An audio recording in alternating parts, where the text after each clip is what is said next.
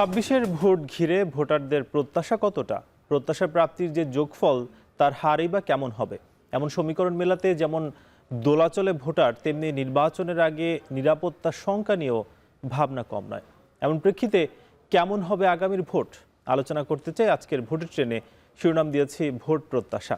সঙ্গ দেব আমি নাজমুস সাকিব। আগামী 25শে ডিসেম্বরই দেশে ফিরছেন বিএনপির ভারপ্রাপ্ত চেয়ারম্যান তারেক রহমান। লন্ডনে যুক্তরাজ্য বিএনপির বিজয় দিবসের আলোচনায় নিজ মুখে দেশে ফেরার ঘোষণা দেন তিনি। ঐক্যবদ্ধ থাকলেই আমরা আমাদের প্রত্যাশিত বাংলাদেশকে গড়ে তুলতে পারবো। ঐক্যবদ্ধ থাকলেই আমরা বাংলাদেশের জবাবদিহিমূলক ব্যবস্থা গড়ে তুলতে পারবো। আগামী যে সময়টা আসছে এটা কিন্তু একটা পরিবর্তনের সুযোগ। আমরা যদি এইবার দেশটাকে পরিবর্তন করতে পারি তাহলে আমরা এগিয়ে যাব। আগামী জাতীয় নির্বাচন পর্যবেক্ষণে ধাপে ধাপে ইউ থেকে 175 থেকে 200 জনের মতো পর্যবেক্ষক আসবে। ইউরোপীয় ইউনিয়ন, পররাষ্ট্র মন্ত্রণালয় এবং ইসির মধ্যে ত্রিপক্ষীয় চুক্তি সম্পাদন হয়েছে বলে জানিয়েছেন নির্বাচন কমিশনের সিনিয়র সচিব আক্তার আহমেদ। ইউরোপিয়ান ইউনিয়ন, আমাদের মিনিস্ট্রি অফ ফরেন অ্যাফেয়ার্স এবং ইলেকশন কমিশনের ভিতরে একটা সম্পাদিত হচ্ছে এবং তার আলোকে ইউরোপিয়ান ইউনিয়ন আমাদের কাছে একটা তারা নির্বাচনে কার্যক্রম পর্যবেক্ষণের জন্য একটা ডেলিগেশন পাঠাবেন। আনুমানিক 175 থেকে 200 জনের মতন আসবেন, এটা আমাকে ধারণা দেওয়া হয়েছে। এখন কে আগে আসবেন, তাদের সংখ্যা কত, তাদের কি কি দেখবেন, তাদের সাথে পরবর্তীতে কেউ জয়েন করবেন কিনা এই সম্পর্কে কোনো প্রস্তাবনা এখনো পর্যন্ত জানি না। RICL TMX, যুগের পর যুগ স্থাপনা থাকে মজবুত। VRM প্রযুক্তির RICL TMX। 24-এর ডামি নির্বাচনে অংশগ্রহণকারী কোনো প্রার্থী যেন আসন্ন ত্রয়োদশ জাতীয় সংসদ নির্বাচনে অংশগ্রহণ করতে না পারে, সেই লক্ষ্যে সিইসি বরাবর লিগ্যাল নোটিশ দিয়েছে বৈষম্য বিরোধী ছাত্র আন্দোলন। সাম্প্রতিক আইন শৃঙ্খলা পরিস্থিতি নিয়ে প্রশ্ন তোলেন দলটির নেতারা। 24-এর নির্বাচন, 14-র যেই নির্বাচন এবং 18-র যে নির্বাচন, বিশেষত যে 24-এর নির্বাচন রয়েছে আমি ডামি নির্বাচন, সেই নির্বাচনে ডামি শব্দটা উল্লেখ করে এই যে যতজন প্রার্থী রয়েছিল যারা নির্বাচিত হয়েছে অথবা নির্বাচন হয়নি কিন্তু এই ডামি নির্বাচনের মাধ্যমে ওই নির্বাচনকে বৈধতা দিয়েছে, তাদেরকে অবশ্যই আগামী নির্বাচনে অংশগ্রহণ করার ক্ষেত্রে বাধাগ্রস্ত করতে হবে, তাদেরকে সেই সুযোগ দেওয়া যাবে না। আমরা আলোচনা করব ভোট প্রত্যাশা নিয়ে এবং আমাদের সঙ্গে ঠিক কিছুক্ষণ পরে যুক্ত হবেন জাতীয় নাগরিক পার্টির এনসিপির যুগ্ম সদস্য সচিব তাহসিন রিয়াজ। তবে তার আগে একটি বিরতি নিচ্ছি।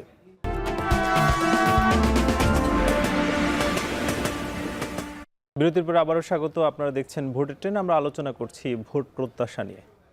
ভোট প্রত্যাশার আলোচনার জন্য স্টুডিওতে আছেন জাতীয় নাগরিক পার্টি এনসিপির যুগ্ম সদস্য সচিব তাহসিন রিয়াজ। তাহসিন রিয়াজ, স্বাগত আপনাকে। আমরা আজকে কথা বলছি মূলত ভোটের মাঠে কেমন হবে কিংবা ভোটের যে প্রত্যাশা, কিন্তু আপনার কাছে জানার বিষয় যে ভোটের মাঠে ভয়ের ছায়া কতটা দেখছেন? আন্তরিকভাবে ধন্যবাদ যারা আমাকে দেখছেন। দেখুন, এই প্রশ্নটা আসলে এখন অনেক বেশি রেলেভেন্ট হয়ে গিয়েছে আফটার দ্য ইনসিডেন্ট অফ হাদি। যেভাবে করে প্রকাশ্যে তাকে গুলি করা হলো এবং যে ধরনের ক্রিটিক্যাল সিচুয়েশনের মধ্যে দিয়ে আমরা যাচ্ছি, তো সামগ্রিকভাবে এই কোশ্চেনটা অনেক বেশি ভ্যালিড যে হাদিকে যদি এভাবে করে ওপেন ফিল্ডে গুলি করা যায় তাহলে সেখানে আসলে অন্যান্য প্রার্থী যারা আছে তাদের আসলে নিরাপত্তার জায়গাটা কেমন হবে, কি হবে। এই কোশ্চেনটা যেমন প্রার্থীদের এন্ড থেকে আছে তেমন আসলে ভোটারদের এন্ড থেকে আছে কিনা এটাও আসলে একটা বড় দেখার বিষয়। তবে একটা ব্যাপার আমি আপনাকে একটু বলি, মানে ইন আ ডিফারেন্ট পার্সপেক্টিভ। দেখুন, মানে আমাদেরকে তো আলটিমেটলি ভোটের দিকে যেতে হবে, কারণ এই গভর্নমেন্ট ইন্টারিম গভর্নমেন্ট তো আসলে অনন্তকাল জুড়ে থাকবে না। আর এই ইন্টারিম গভর্নমেন্টের যেহেতু ন্যায্যতার একটা ব্যাপার, যে ন্যায্যতাটা আমরা গণঅভ্যুত্থান থেকে পেয়েছি, এই ন্যায্যতার কিন্তু পরিসমাপ্তি ঘটবে একটি সুষ্ঠু ভোট মানে আপনার এক্সিকিউশনের মাধ্যমে। কাজেই এই যে ট্রানজিশনাল যে পিরিয়ড, এই পিরিয়ড থেকে বের হতে হলে আমাদেরকে ভয়কে জয় করতে হবে। This is the ultimate thing. এটার বাইরে কিন্তু আপনার কাছে আর কোনো অপশন নেই। আপনি একেবারে যতগুলো ইকুয়েশন আপনি যোগ বিয়োগ করবেন, দিন শেষে আপনার কাছে দুটো ইকুয়েশন থাকবে। এক হচ্ছে election and another one is voter এবং ক্যান্ডিডেটস যারা আছে তাদেরকে নিরাপত্তার জায়গায় সর্বোচ্চটা দিয়ে তাদেরকে ইলেকশনমুখী করা। দিস ইজ দি মানে আলটিমেট থিং, এর বাইরে আপনার আসলে যাওয়ার সুযোগ নেই। কাজেই দেখেন ভোটের মাঠে ভয় এটা অস্বাভাবিক এখন আমাদের কাছে মনে হচ্ছে না, কারণ এটা থাকবে, কেন থাকবে এটার উত্তরটাও আমি আপনাকে একটু ছোট করে দিয়ে দিই। দেখেন, এক তো হচ্ছে পরাজিত ফ্যাসিস্ট শক্তি, এবং আপনি দেখবেন এদের একটা বড় ইস্টাবলিশমেন্ট আছে। কিন্তু আমরা সবসময় বলেছি যে খুন করে হাসিনা পালিয়ে গিয়েছে, বা খুন করে হাসিনার ক্যাবিনেট পালিয়ে গিয়েছে, খুন করে হাসিনার যে সংসদ সদস্যরা তারা পালিয়ে গেছে, অথবা একেবারে লিস্টেড যে প্রমিনেন্ট ক্রিমিনালস যারা ছিল তারা পালিয়ে গিয়েছে। কিন্তু তাদের ল্যাসপেন্সার যারা, তাদেরকে যারা ইনিয়ে বিনিয়ে বিভিন্ন ওয়েতে হিডেনে থেকে, কখনো সচিবালয়ের ভেতরে থেকে, কখনো বিভিন্ন ইনস্টিটিউটের ভিতরে থেকে তারা যারা এইটাকে সমর্থন জুগিয়েছে, তারা কিন্তু এই স্টাবলিশমেন্টটা কিন্তু এখনো রয়ে গেছে। এটা একটা পার্সপেক্টিভ। এনাদার আরেকটা পার্সপেক্টিভ আপনাকে বলি, এই মানে গণহত্যাকারী খুনি হাসিনা যে দেশে পালিয়েছে, এই পুরো দেশ মিলে, এই পুরো দেশের যতগুলো ইনস্টিটিউট আছে, তাদের আইন শৃঙ্খলা বাহিনী থেকে শুরু করে সরকার এবং গোটা ভারতবর্ষ, আপনি দেখেন তারা মিলে কিন্তু এই ফ্যাসিস্ট শক্তিকে হচ্ছে ব্যাকআপ দিচ্ছে। কাজেই আপনি এই দুটো শক্তিকে যখন এক করবেন, বাংলাদেশ তো আসলে তুলনামূলকভাবে ছোট একটা দেশ, এটা তো অস্বীকার করার কিছু নাই, এবং আমরা হাইয়েস্ট বর্ডার শেয়ারিং কান্ট্রি, এবং আপনি বর্ডারের দিকে আবার যদি তাকান, বাংলাদেশে একটা বড় পোর্শন অফ বর্ডার কিন্তু অরক্ষিত। কাজেই তারা যদি চেষ্টা করে, তারা যদি চিন্তা করে, তারা কিন্তু বাংলাদেশকে মানে যেভাবে করে এখন একটা অস্থিতিশীলতার মধ্যে নিয়ে যাচ্ছে, এখানে কিন্তু তারা নিয়ে যেতেই পারে। এটা অস্বাভাবিক না আমাদের কাছে।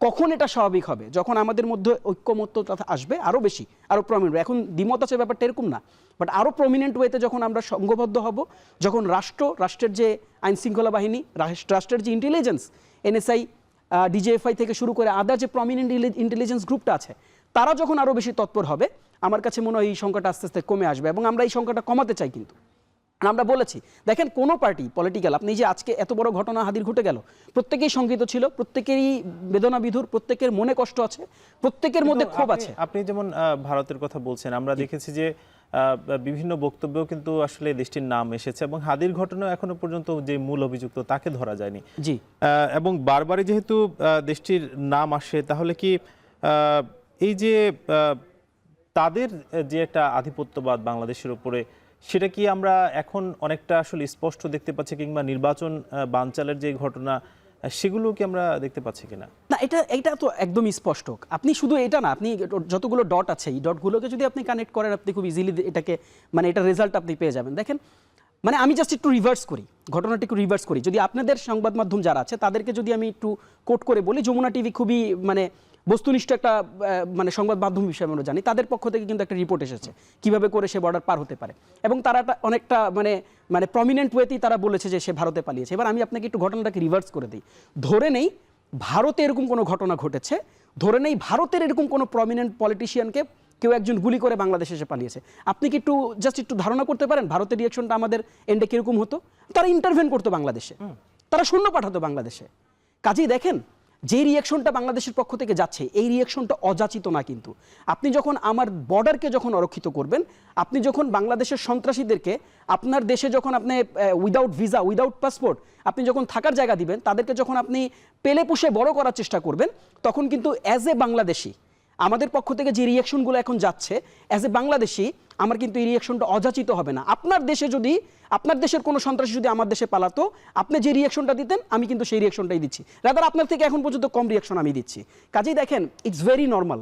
তাদের আধিপত্যবাদের যে জায়গাটা, এটা তো আজকের দিনের ব্যাপার না। দেখেন, এখন বাংলাদেশে কিছু কিছু দল তাদেরকে কনফিডেন্স দেওয়ার চেষ্টা করছে বিভিন্ন ওয়েতে। তারা মনে করছে যে ভারতকে কনফিডেন্স দিলে ভারত হয়তো তাদের পক্ষে অবস্থান নিবে।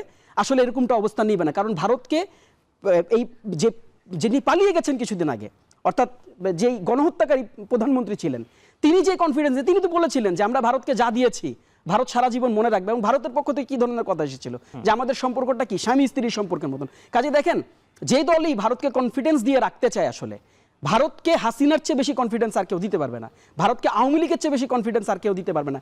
এখন ভারতের সাথে তাহলে আপনার স্ট্র্যাটেজি কি হবে? আপনি ভারতের সাথে যুদ্ধ করবেন? We do not want war. আপনাকে এটা ভালো করে বুঝতে হবে। আমরা তো অযাচিতভাবে আমরা কারোর সাথে যুদ্ধ চালাতে কেন যাব? কিন্তু আমরা যে মেসেজটা ক্লিয়ারলি দিতে চাই, সেটা হচ্ছে যে দেখেন, আপনি আপনার আধিপত্যর বা যে ইন্টেনশন আছে, ইন্টেনশনটা বাংলাদেশের ব্যাপারে আপনি রাখেন না। কারণ দেখেন, বাংলাদেশের মানুষ এখন অনেক বেশি সরব। বাংলাদেশের মানুষ আপনার সাথে সম্পর্ক রাখতে চায়। On basis of what? আপনার সাথে সম্পর্ক রাখতে চায় ন্যায্যতার উপর ভিত্তি করে, আপনার সাথে সম্পর্ক রাখতে চায় সমতার উপর ভিত্তি করে। হ্যাঁ, আপনার সাথে আমার চুক্তি হবে, আমি যেহেতু আপনার সাথে হাইয়েস্ট বর্ডার শেয়ারিং কান্ট্রি, আপনার সাথে আমার অনেক ধরনের সম্পর্ক থাকবে, কিন্তু এই সম্পর্ক আপনি আমার বাংলাদেশের সন্ত্রাসীকে জায়গা দিয়ে আমার বর্ডারকে অরক্ষিত করবেন, আমার সার্বভৌমত্বকে প্রশ্নবিদ্ধ করবেন, এই সম্পর্কটা তো ভাই আমি রাখতে চাবো না, আপনিও রাখতে চাবেন না, ইনফ্যাক্ট বাংলাদেশের কোনো নাগরিকই এটা রাখতে চাবে না। আমি যদি ভারতের জায়গায় থাকতাম, ভারত কি চাইতো? ভারত যদি আমার জায়গায় থাকতো, ভারত কি চাইতো? চাইতো না। কাজেই দেখেন, এটা কোনো দেশের সাথে চায় না, কারণ কাজেই এটাকে অস্বাভাবিকতার মধ্যে দিয়ে আমরা নিয়ে যেতে চাই না। আমরা এটা বলতে চাই, ভারতকে এই মেসেজটা দিতে চাই, দেখেন ভাই, আপনার দেশ, আপনার নিজস্ব গণতন্ত্র, আপনার নিজস্ব সার্বভৌমত্ব, সেটা আপনার কাছে থাক। আপনি যদি লাল সবুজের দিকে চোখ রাঙানি দিয়ে তাকান, বাংলাদেশের দামাল ছেলেরা যেভাবে করে ৭১-এ পাকিস্তান শক্তিকে পরাজিত করেছে, সেভাবে করে কিন্তু আপনাদেরকে পরাজিত করার জন্য কিন্তু তারা প্রস্তুতি নেওয়া শুরু করবে। আপনি ভারতের কথা বলছিলেন, নির্বাচন বানচালের কথাও বলছিলেন, এবং আমরা দেখেছি যে সামাজিক যোগাযোগ মাধ্যমে কিন্তু আওয়ামী লীগের যারা নেতাকর্মী আছেন তারা কিন্তু একেবারে ওপেন নির্বাচন বানচালের কথা বলছেন। সেক্ষেত্রে সরকারের যে প্রস্তুতি কিংবা সেটা মোকাবেলায় যে প্রস্তুতি, সেটা কি আসলে কিছুটা ঘাটতি দেখছেন কিনা, কিংবা এই যে হাদির উপরে গুলির ঘটনা, সব মিলিয়ে আমরা আপনার কাছে আসবো, তবে তার আগে নিব একটা ছোট বিরতি। ফিরছি কিছুক্ষণ পর। বিরতির পর আবারও স্বাগত। আপনারা দেখছেন ভোটের ট্রেন। আমরা ভোট প্রত্যাশা নিয়ে কথা বলছি। আজ আলোচনার জন্য যুক্ত আছেন জাতীয় নাগরিক পার্টি এনসিপির যুগ্ম সদস্য সচিব তাহসিন রিয়াজ। তাহসিন রিয়াজ, আবারও স্বাগত জানাই। আমরা বিরতির আগে যেমন কথা বলছিলাম যে সামাজিক যোগাযোগ মাধ্যমে আওয়ামী লীগের যিনি সাবেক প্রধানমন্ত্রী ছিলেন তিনি সহ আমরা দেখেছি বিভিন্ন ধরনের যে নির্বাচন বানচালের যে হুমকি, সেগুলো কিন্তু অবিরত দেওয়া হচ্ছে। তো সেক্ষেত্রে আমরা কিছুদিন আগে যেই হাদির উপরে ঘটনা, তারপর নির্বাচন বানচালের বিভিন্ন জিনিস আমরা ইদানিংকালে দেখছি, সরকারের প্রস্তুতির কি ঘাটতি দেখছেন? দেখুন, সরকারের প্রস্তুতির ঘাটতি আমাদের কাছে প্রতীয়মান হচ্ছে এখন, এবং আপনি যেই ব্যাপারটা বলেছেন, যেটা খুবই মানে ইম্পর্টেন্ট টু ডিসকাস, সেটা হচ্ছে যে ধরনের হুমকি ধামকি আছে এখন। দেখেন, এই হুমকি ধামকি প্রথমত তো আপনি যেই আইডিগুলো দেখেন, এই ম্যাক্সিমাম আইডিগুলোই হচ্ছে আপনার বাইরে থেকে পরিচালিত, বাইরের দেশের বিভিন্ন ধরনের ফেসবুক যোদ্ধা যারা আছেন তারা এই ধরনের হুমকি ধামকি দিচ্ছেন। কিছুদিন আগেই তারা পালিয়েছেন বাংলাদেশ থেকে, এবং এটা দিয়ে তারা একটা পরিস্থিতি তৈরি করার চেষ্টা করছেন, একটা ভয়ের একটা আবেশ, একটা আভাস দেওয়ার চেষ্টা করছেন, এবং ওই আভাসটা খুব স্বাভাবিকভাবেই হাদির যে ঘটনাটা ঘটেছে ওই ঘটনাটার মাধ্যমে আসলে আরও বেশি শক্ত হয়ে মানুষের কাছে পৌঁছাচ্ছে। এই পুরো ক্রোনোলজিটাকে যদি আপনি দেখেন, এই ক্রোনোলজিটা কিন্তু আসলে খুব বেশি আমাদের কাছে নতুন না। আপনি দেখবেন যে যখনই আমরা একটা গণতান্ত্রিক পদযাত্রার মধ্যে দিয়ে বাংলাদেশকে নিয়ে যাওয়ার প্রচেষ্টা করেছি, এই ধরনের হুমকি দামকি কিন্তু আমরা পেয়েছি। বাংলাদেশের ইতিহাসের দিকে আপনি তাকালে ওই ধরনের আসলে ঘটনা খুব একটা অস্বাভাবিক ঘটনা না। কাজেই দেখেন, ভোটে আওয়ামী লীগ নেই, স্বাভাবিকভাবে আমি যেটা ইতিমধ্যে আপনাকে বলেছি, তাদের যে ইস্টাবলিশমেন্ট এখনও রয়েছে, কাজেই তাদের তো প্রচেষ্টা থাকবে এই ভোটকে বানচাল করার। আপনি যে প্রশ্নটা করেছেন সেটা আসলে যথার্থ, সেটা হচ্ছে যে এটার বিপরীতে আমি আসলে কতটুকু প্রস্তুতি নিলাম, বা আমাদের রাষ্ট্র ইন্টারিম থেকে শুরু করে ইলেকশন কমিশন তারা আসলে কতটুকু প্রস্তুত, এই জায়গাটাতে একটা বড় কোশ্চেন রয়ে গেছে। তবে আমরা তাদের যে ইন্টেনশন, এই ইন্টেনশনটাকে আমরা আসলে পজিটিভলি দেখতে চাই। আমরা এটা বিশ্বাস করতে চাই, যদিও একটা খুব বেফাস একটা কথা কিছুদিন আগে ইসি বলেছেন, তিনি তারপরে আসলে অনেকটা ক্ষমা প্রার্থনা করেই আসলে একটা তাদের পক্ষ থেকে একটা প্রেস রিলিজ এসছে। কাজে দেখেন, ওই সিগনিফিক্যান্ট ম্যাটারটাকে যদি আমরা একটা বাইরে রাখি, আমাদের কাছে মনে হচ্ছে যে ওভারঅল ইন্টারিম এবং আপনার ইসি তাদের আসলে আন্তরিকতার ঘাটতি আমরা দেখছি না, তবে মনে হচ্ছে যে অ্যাকশনের কিছু ঘাটতি আছে। যেমন দেখেন, হাদির যে ঘটনাটা, এটা তো ইন্টেলিজেন্স ফেলিওর, এবং আপনি দেখবেন যে যতগুলো আইন শৃঙ্খলা সংস্থা আছে প্রত্যেকেই কিন্তু এই ঘটনাটাতে ফেল করেছে। আপনি আপনার দেশে একজনকে গুলি করা হলো এবং সে খুব নির্বিঘ্নে বাংলাদেশে যদি পার হয়ে যায় 20 ঘন্টার মধ্যে, একদম 20 ঘন্টার মধ্যে, এবং সে যদি এইভাবে করে বর্ডার পারই হয়ে যায়, তাহলে তো আসলে একটা সংখ্যা থেকেই যাবে, এবং এই প্রশ্নটা আসলে প্রমিনেন্ট হবে, what we need to do. শুধুমাত্রই আমরা এর আগে আসলে এই আলোচনাটা আমরা এর আগেও করেছি অসংখ্যবার, যে দেখেন বাংলাদেশে আসলে বাংলাদেশটাকে যেই অবস্থায় ইন্টারিম গভর্নমেন্ট টেক ওভার করেছে, আপনি ওই অবস্থাটাকে যদি একটু রিকল করে দেখেন, বাংলাদেশের সমগ্র ইনস্টিটিউট, ইলেকশন কমিশন থেকে শুরু করে যত স্বাধীন কমিশন আছে, আপনি আইন বিভাগের দিকে তাকান, আপনি বিচার বিভাগের দিকে তাকান, আপনি আইন শৃঙ্খলা বাহিনীর দিকে তাকান, কোনোটা কি খুব স্টেবল অবস্থায় তারা পেয়েছে? স্টেবল অবস্থায় তো তারা পায়নি, বরং একেবারে ভঙ্গুর অবস্থায় পেয়েছে। হ্যাঁ, সমালোচনার জায়গাটা কি? সমালোচনার জায়গাটা হচ্ছে আপনি 18 মাস থেকে 16 মাস সময় পেয়েছেন, আপনি এগুলোকে রিকনস্ট্রাক্ট করতে পারেন, সংস্কার করতে পারেন নাই। এই না পারার মধ্যেও আসলে এই যে এত বছর ইস্টাবলিশমেন্ট, এই ঘুনে খাওয়া যে ব্যবস্থাটা এই 18 বছর ধরে পেলে পুষে এরা বড় করেছিল, এটা একটা বড় কারণ। আর আপনি যে সংস্কার করতে পারেন নাই, এখন যেহেতু পারেন নাই, আসলে আপনারা আমি কাঠগড়ায় দাঁড় করায় প্রশ্নই করতে পারবো। আপনাকে ধরেন আমি বিচার কাজটাই নিয়ে আসলাম, কিন্তু সমাধানটা কোথায়? এখানে আরেকটা সমাধান আছে, সেই সমাধানটা হচ্ছে প্রোঅ্যাক্টিভনেস। জনগণের প্রোঅ্যাক্টিভনেস লাগবে, জনগণকে এখানে ইনভলভ করতে হবে, মানুষকে এই কনফিডেন্স দিতে হবে যে হ্যাঁ, তোমার সামনে যদি কোনো চোর বাটপার তুমি দেখো, তোমার সামনে যদি কোনো খুনিদেরকে তুমি দেখো, তাদেরকে পাকড়াও করো, এবং তাদেরকে পাকড়াও করে মপ করার দরকার নাই, তুমি একটা আইন শৃঙ্খলা বাহিনীর হাতে দিয়ে দাও। হ্যাঁ, নজর রাখো যে আইন শৃঙ্খলা বাহিনী তাকে কি টাকা খেয়ে ছেড়ে দিচ্ছে কিনা, নজর রাখো যে আইন বিভাগ থেকে কি সে টাকা দিয়ে বা বিচার বিভাগকে কি সে কোনোভাবে কনভিন্স করে বের হয়ে আসতেছে কিনা। জনগণ যদি প্রোঅ্যাক্টিভ হয়, দেখেন এত বড় election without the empowerment of মানে জেনারেল পিপল আপনার জন্য কিন্তু খুব টাফ হবে, টাফ হচ্ছে। কাজে আপনার আইন শৃঙ্খলা বাহিনীর পাশাপাশি আমার কাছে মনে হয় যে জনগণের মধ্যে ওই স্বতঃস্ফূর্ততাটা লাগবে, জনগণকে জনগণের মাঝখানেও কিন্তু আমরা দেখেছি যে গতকালকে নারায়ণগঞ্জের একজন এমপি প্রার্থী বিএনপির, তিনিও কিন্তু আসলে নির্বাচন থেকে সরে দাঁড়াচ্ছিলেন নিরাপত্তার ঘাটতি দেখিয়ে। তো এটা একটা কারণ কিনা, এবং আরেকটা বিষয় আমরা একটু জানতে চাই যে তারেক রহমান তিনি তো 5 আগস্টের পর বলা যায় যে 1 বছর 3 মাস বা প্রায় 1.5 বছরের কাছাকাছি সময় পার হয়ে গেল, তিনি আসলে দেশে ফিরেননি। এটা কি আসলে নিরাপত্তারই কারণ নাকি অন্য কোনো ঘটনা? না, এটা নিরাপত্তার কারণ কিনা, দেখেন এটা তিনি নিজেই কিন্তু ক্ল্যারিটি দিয়েছিলেন। আপনার খেয়াল থাকার কথা, তিনি কিন্তু নিজেই যখন বেগম খালেদা জিয়া আপসীর নেত্রী যখন মানে আপনার অসুস্থ ছিলেন, তখন তার আশা না আশা নিয়ে যখন প্রচণ্ড রকম ডিবেট ছিল, ওই সময়টাতে উনি ক্ল্যারিটি দিয়েছেন যে সেখানে কিছু মানে বেশ কিছু মানে পাওয়ারের যে ভরকেন্দ্র, এই ভরকেন্দ্রের উপর আসলে তার আশা না আশা আসলে ডিপেন্ড করছে। কাজেই দেখেন, মানে আমরা যে জিনিসটাকে অ্যাপ্রিসিয়েট করতে চাই যে বাংলাদেশে জিয়া পরিবারের তো একটা বিরাট রকম অবদান রয়েছে। খালেদা জিয়া বলেন, আপনি তারেক রহমান বলেন, তারা কিন্তু এই ফ্যাসিবাদের নির্যাতনের শিকার গোষ্ঠী, নির্যাতনের শিকার পরিবার, এবং তাকে কিন্তু আমরা দেখেছি তাকে জোরপূর্বক দেশ ছাড়া করা হয়েছে, তাকে রাজনীতি থেকে দীর্ঘদিন বাইরে রাখা হয়েছে। কাজেই তার আশাটাকে আমরা প্রচণ্ড রকম অ্যাপ্রিসিয়েট করতে চাই। বরং আমাদের ডিস্যাটিসফ্যাকশনটা কোন জায়গাটাতে, সেটা হচ্ছে তিনি কেন এতদিন আসেন নাই। দেখেন, নিরাপত্তার ঝুঁকি সবার আছে। বাংলাদেশে একজন পলিটিক্যাল পার্সনের আপনি নাম আমার কাছে বলেন যার নিরাপত্তার ঝুঁকি নাই, প্রত্যেকেরই তো নিরাপত্তার ঝুঁকি আছে। কাজে নিরাপত্তার ঝুঁকি নিয়ে আপনাকে রাজনীতিটা করতে হবে। এবং এই 5 আগস্ট পরবর্তী যে রাজনীতি, 5 আগস্ট পরবর্তী রাজনীতিটাই তো ছিল আপনার ফ্যাসিবাদকে ট্যাকেল করার রাজনীতি। কাজে দেখেন, এই সময়টাতে আপনি নিরাপত্তার অজুহাত দিয়ে, আমি জানি না মানুষকে কতটুকু আপনি কনভিন্স করতে পেরেছেন বা সামনে পারবেন।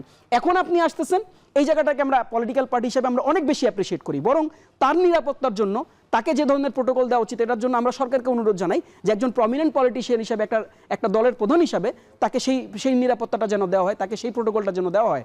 এবং তার পাশাপাশি হোয়াট উই অ্যাপ্রিসিয়েট, তিনি বাংলাদেশে আসবেন, তার ফিজিক্যাল প্রেজেন্সের কারণে এই যে এতদিন ধরে বিএনপির ভিতর অভ্যন্তরীণ কোন্দল থেকে শুরু করে 200 মানুষ প্লাস মাইনাস খুন হওয়ার আমরা যে প্রবণতাটা দেখেছি, আমরা আশা করি যে পার্টি প্রধান, যেহেতু বেগম খালেদা জিয়া এখন অসুস্থ, তিনি অ্যাক্টিভলি রোল প্লে করতে পারছেন না, সেকেন্ড ইন কমান্ড ধরে নিচ্ছে অলমোস্ট পার্টি প্রধান, তিনি হিসাবে একটা ভালো প্রমিনেন্ট রোল তিনি এখানে রাখবেন। আর আরেকটা ব্যাপার আপনি যেটা বলেছেন, দেখেন যে এই নারায়ণগঞ্জে যে প্রার্থী প্রত্যাহারের কথা, মানে আমার কাছে মনে হয় যে ইটস নট, সব মিলে আপনি বলতে যাচ্ছেন যে নিরাপত্তার যে বিষয়টা সেটা সরকারের আরো বাড়ানো উচিত, এবং তারেক রহমান তিনি যে ফিরবেন তার নিরাপত্তার দিকটা ডেফিনেটলি। হ্যাঁ, অসংখ্য ধন্যবাদ তাসিন রিয়াজ আমাদেরকে সময় দেওয়ার জন্য।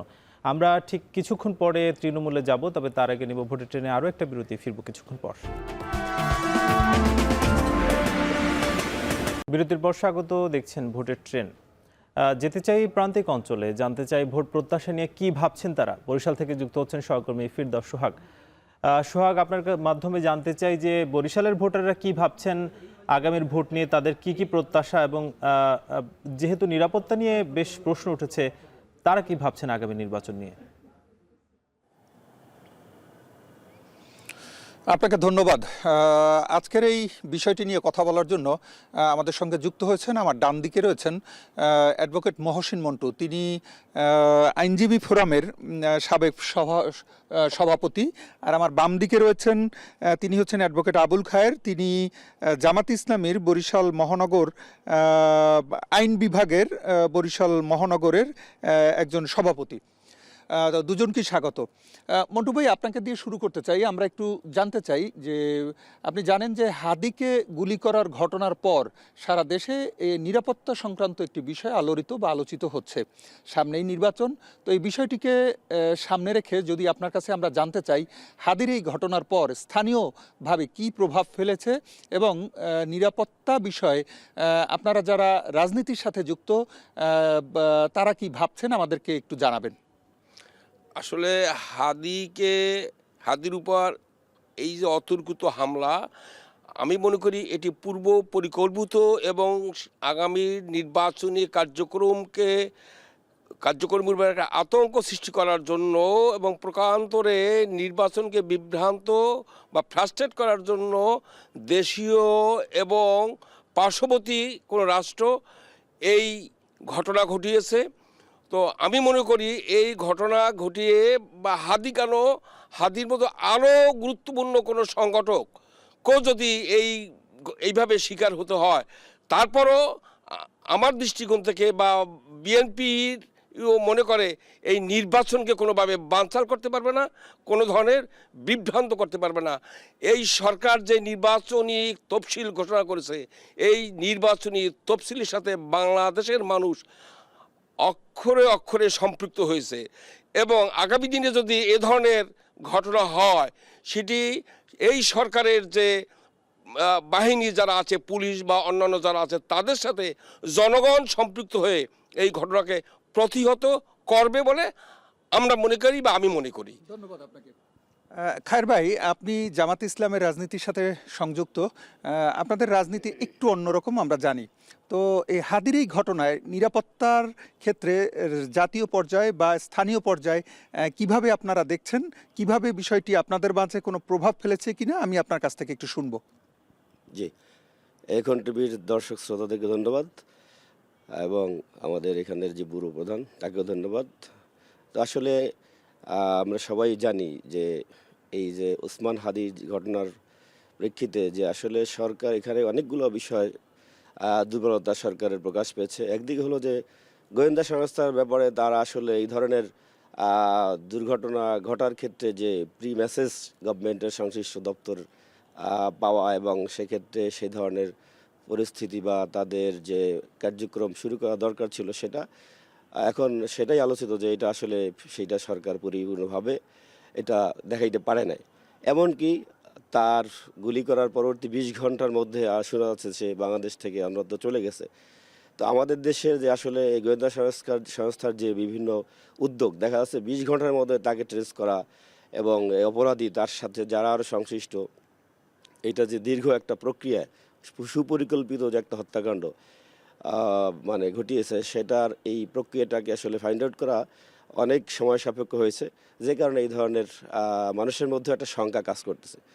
একদিকে হলো নিরাপত্তার, শুধু প্রার্থী না, বিভিন্ন দলীয় প্রধান যারা আছেন বা দায়িত্বশীল আছেন যারা, তাদেরও একটা শঙ্কা এখন কিন্তু রয়ে গেছে যে বাংলাদেশের এখন এটা আমি মনে করি যে স্বরাষ্ট্র মন্ত্রণালয় এবং গোয়েন্দা সংস্থার যারা সংশ্লিষ্ট ব্যক্তি যারা আছেন তাদের কি প্রত্যেকটা বিষয়ে বিশেষ করে যারা প্রার্থী আছেন এবং দলীয় প্রধান দায়িত্বশীল যারা আছেন তাদের নিরাপত্তার ক্ষেত্রে আরও বেশি সতর্ক হইতে হবে। এবং ধন্যবাদ। আসবো আবার আপনার কাছে। মন্টু ভাই, আপনার কাছ থেকে আমরা একটু যদি শুনতে চাই, সেটি হচ্ছে যে হাদির এই ঘটনার পর বরিশাল অঞ্চলে যে 21টি বা 22টি আসন আছে, বিশেষ করে বরিশাল বিভাগের মধ্যে সবচেয়ে গুরুত্বপূর্ণ বা মর্যাদাশীল আসন হিসাবে বরিশাল সদর বা 5কে বলা হয়। এই অঞ্চলের যারা বিএনপি থেকে যারা প্রার্থী হিসেবে দাঁড়িয়েছেন তাদের মধ্যে কোনো শঙ্কা কাজ করে কিনা, অথবা আপনারা যারা রাজনীতির সঙ্গে সংযুক্ত নেতা পর্যায়ে রয়েছেন তাদের ভাবনাটা কি, স্থানীয় পর্যায়ে যদি একটু কিছু বলেন। চোরা গুপ্তা হামলা হতেই পারে। তো চোরা গুপ্তা হামলা বিষয় বিএনপি, বিশেষ করে বরিশালের বিএনপি, আমি মনে করি তারা সতর্ক আছে এবং এখানে বিএনপির সাথে জনগণ মারাত্মকভাবে সম্পৃক্ত আছে। আপনি জানেন, আপনাকে অবহিত করি যে এর এই বরিশাল বিভাগে 21টি আসন নিয়ে বিএনপি একবার সরকার গঠন করেছিল, পরবর্তীকালে তো অনেক ঘটনাই ঘটেছে। সেই প্রেক্ষিতে আমি মনে করি যে এই যে চোরা গুপ্তা হামলা, এই চোরা গুপ্তা হামলার বিষয়ে গভর্নমেন্ট হাদির ঘটনা থেকে তারা শিক্ষা নেওয়া উচিত এবং সেভাবেই মনে হয় শুধু বরিশাল বিভাগ নয়, সারা বাংলাদেশেই মনে হয় সরকারের একটি মেকানিজম অলরেডি তারা তৈরি করেছে এবং এই মেকানিজমের সাথে জনগণ সম্পৃক্ত আছে এবং তাদেরকে যদি আরও সম্পৃক্ত করা যায় তাহলে বরিশাল বিভাগ কেন, বাংলাদেশের কোথাও কোনো হাদির মতো ঘটনা ঘটবে বলে আমি মনে করি না এবং নির্বাচনটা হয়ে যাবে সুষ্ঠুভাবে। খায়ের ভাই, আপনার কাছ থেকে সর্বশেষে যেটি জানতে চাইবো সেটি হচ্ছে যে এই যে আপনি নির্বাচনের সাথে জামাত ইসলামের সাথে জড়িত আছেন, নির্বাচনটি যাতে সুষ্ঠু সুন্দরভাবে উঠতে পারে এবং একটি রাজনৈতিক সরকার গঠন করতে পারে, সেক্ষেত্রে আপনাদের পরবর্তী ভাবনাটা কি এবং কিভাবে আপনারা এগোবেন সংক্ষেপে শুনতে চাই। জি জি, আপনাকে ধন্যবাদ। বিষয় হচ্ছে যে আসলে বাংলাদেশ জামাত ইসলামী সবসময় একটি সুষ্ঠু ধারার রাজনীতি করার জন্য সর্বোচ্চ চেষ্টা করে এবং মানুষদেরকে সেভাবে মোটিভেশন করে। ঠিক একইভাবে বাংলাদেশের যে তফসিল ঘোষণা হয়েছে, তো সেই ক্ষেত্রে মানুষ এখন নির্বাচনী ট্রেনে উঠে গেছে। এই নির্বাচনকে সুষ্ঠুভাবে করার জন্য জামাত ইসলামী সর্বোচ্চ তাদের দলীয় কার্যক্রমের মাধ্যমে তাদের দলীয় যারা আছেন তারা সবাই সরকারকে এবং নির্বাচন কমিশনকে সর্বোচ্চ সহায়তা করতেছেন এবং যাতে কোনো রকমের কোনো দুর্ঘটনা মানে না হয় সেভাবে সর্বোচ্চ সতর্ক আছে এবং সরকারের সতর্ক করতেছে। ধন্যবাদ দুজনকেই। আমাদের সময় স্বল্পতার কারণে আরেক এগুনো গেল না। একটা জিনিস বলে রাখতে চাই, সেটি হচ্ছে যে হাদির এই ঘটনার পর সব পক্ষ থেকে এক ধরনের উদ্বিগ্নতা কাজ করছে, তবে এর মধ্যেও নির্বাচনটি যাতে সুষ্ঠু হয় সেই চেষ্টা কিন্তু এবং ইচ্ছা সবারই আছে। এতটুকু ছিল বরিশালে আজকের আলোচনার। ফিরদৌস আকা, অসংখ্য ধন্যবাদ আপনাকে। আমরা আজকে যে ভোট প্রত্যাশা নিয়ে আলোচনা করছিলাম, সেখানে যে অতিথিরা এসেছিলেন সবাই কিন্তু আসলে বলছিলেন যে আগামী নির্বাচনকে ঘিরে যে নিরাপত্তা সেটা অবশ্যই সরকারের বাড়াতে হবে এবং ভোটের যে সুষ্ঠু পরিবেশ সেটা কিন্তু উপহার দিতে হবে আগামী নির্বাচনের জন্য। তাহলে একটি সুন্দর নির্বাচন এবং পরবর্তী যে রাজনৈতিক দল আসে সেটা হয়তো আমরা পেতে পারি। আজকের মতো ভোটের ট্রেন শেষ করবো। আগামীকাল নতুন কোনো বিষয়ে আলোচনা হবে। শুভকামনা।